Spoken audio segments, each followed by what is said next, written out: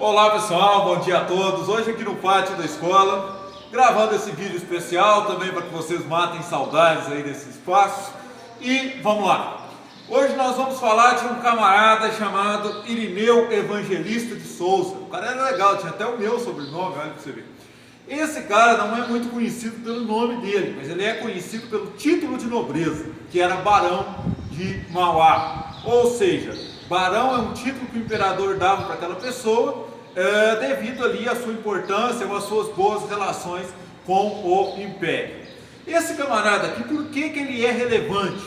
Porque ele é um camarada que no século XIX, quando o Brasil era um país basicamente rural e estava sentado sobre um saco de café, como se diria na época, porque quase tudo que o Brasil tinha era café, e ele resolveu investir na indústria.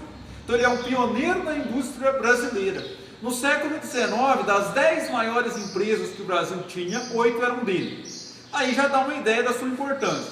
Ah, Renato, mas esse cara deve ter nascido rico e tal, e herdou isso aí tudo. Não, pelo contrário. Enquanto isso, vocês vão escutando as maritacas cantando aí para ficar mais legal. Esse camarada, ele nasceu no Rio Grande do Sul, era filho de um fazendeiro, né? Renato, ele era fazendeiro. O pai dele era fazendeiro. Só que o pai dele foi assassinado em um assalto. E a mãe dele se casou de novo. Só que a mãe dele, o marido dela não aceitou os filhos que ela tinha com outro casamento. Então ele foi mandado embora para morar com alguns parentes. Então a vida dele nesse início é bastante complicada. Ele vai para o Rio de Janeiro em 1824, ainda muito jovem, e lá no Rio de Janeiro ele começa a trabalhar como caixeiro. O que é isso? É o cara do comércio que tinha uma função ali de gerência. Então ele vai aprendendo a trabalhar nos livros, vai conhecendo o comércio, esse mundo, né, comercial, e se torna muito eficiente. Tanto que quando o seu patrão quebra, ele vai trabalhar para um escocês chamado Caluthers, Richard Caluthers, que tinha uma empresa de importação e exportação de ferros.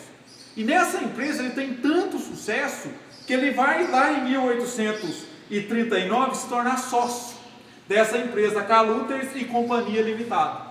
E ele vai crescendo, né, se desenvolvendo. Em 1840 ele viaja para a Inglaterra, já tendo uma boa condição econômica, e lá ele conhece o mundo industrializado, porque a Inglaterra no século XIX já passou pela Revolução Industrial. Então lá você já tem indústria, lá você já tem um comércio pujante, forte, e ele olha para aquilo e fala: peraí, isso é o futuro, então nós temos que fazer isso no Brasil.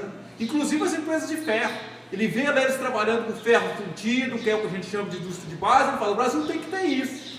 E ele volta da Inglaterra com esse olhar mais transformador.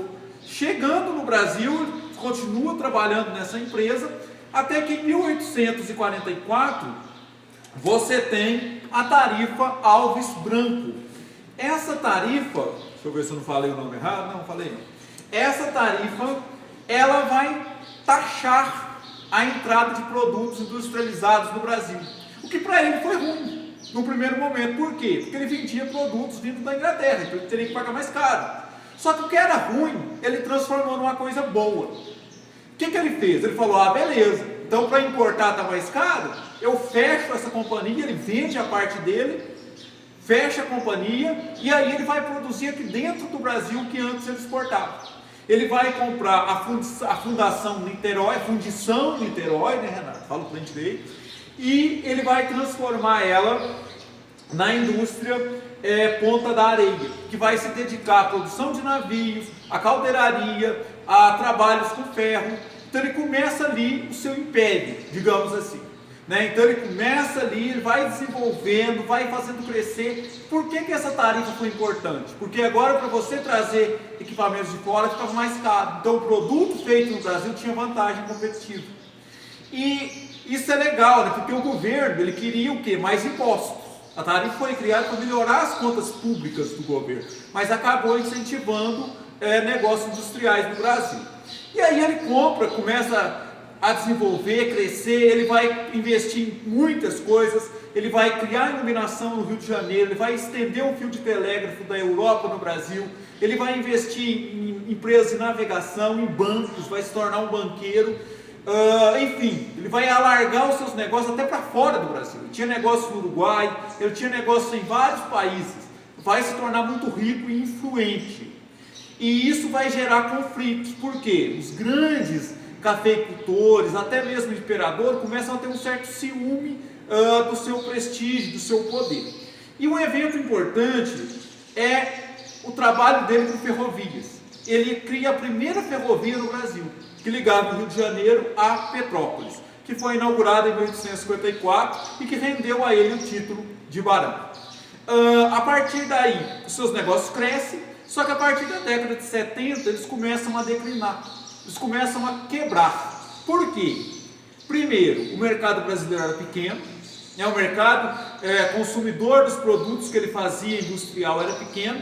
Você teve questões envolvendo a Guerra do Paraguai, questões de atentados mesmo contra ele. Por exemplo, essa indústria Ponta da Areia foi incendiada criminosamente. Então o Mauá não era bem visto pelo seu tempo. Por quê? Porque ele era um homem que ia contra a ideia de um Brasil agrário. Ele queria um Brasil industrializado.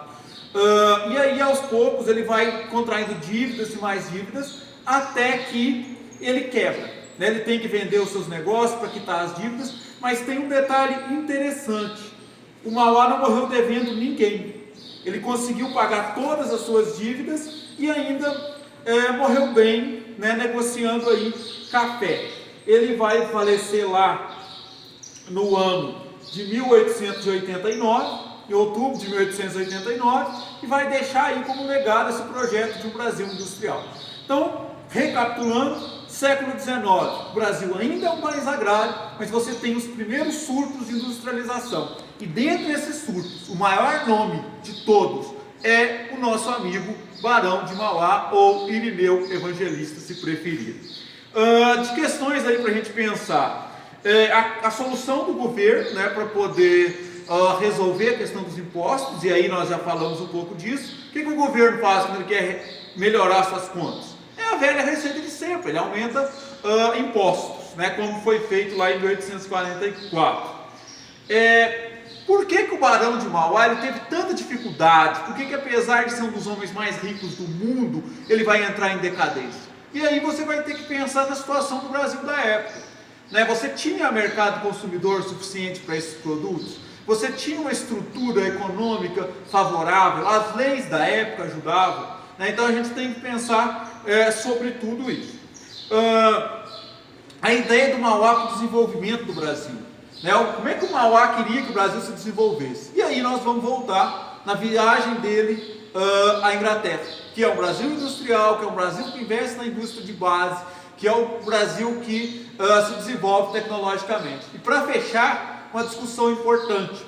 Quando o Mauá comprou lá o estaleiro Niterói, que foi a indústria Ponta da Areia, ele alforriou todos os escravos que lá tinham.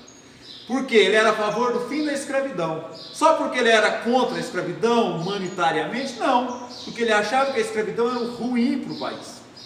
Escravo não recebe salário, logo o escravo não compra. E assim o mercado consumidor não cresce. Então o Mauá era a favor de um mercado liberal, ou seja, onde você tivesse liberdade econômica, liberdade de produzir, para comercializar, e para isso é importante que as pessoas recebam um salário, que elas consumam. Por hoje é isso, até semana que vem, e obrigado a todos.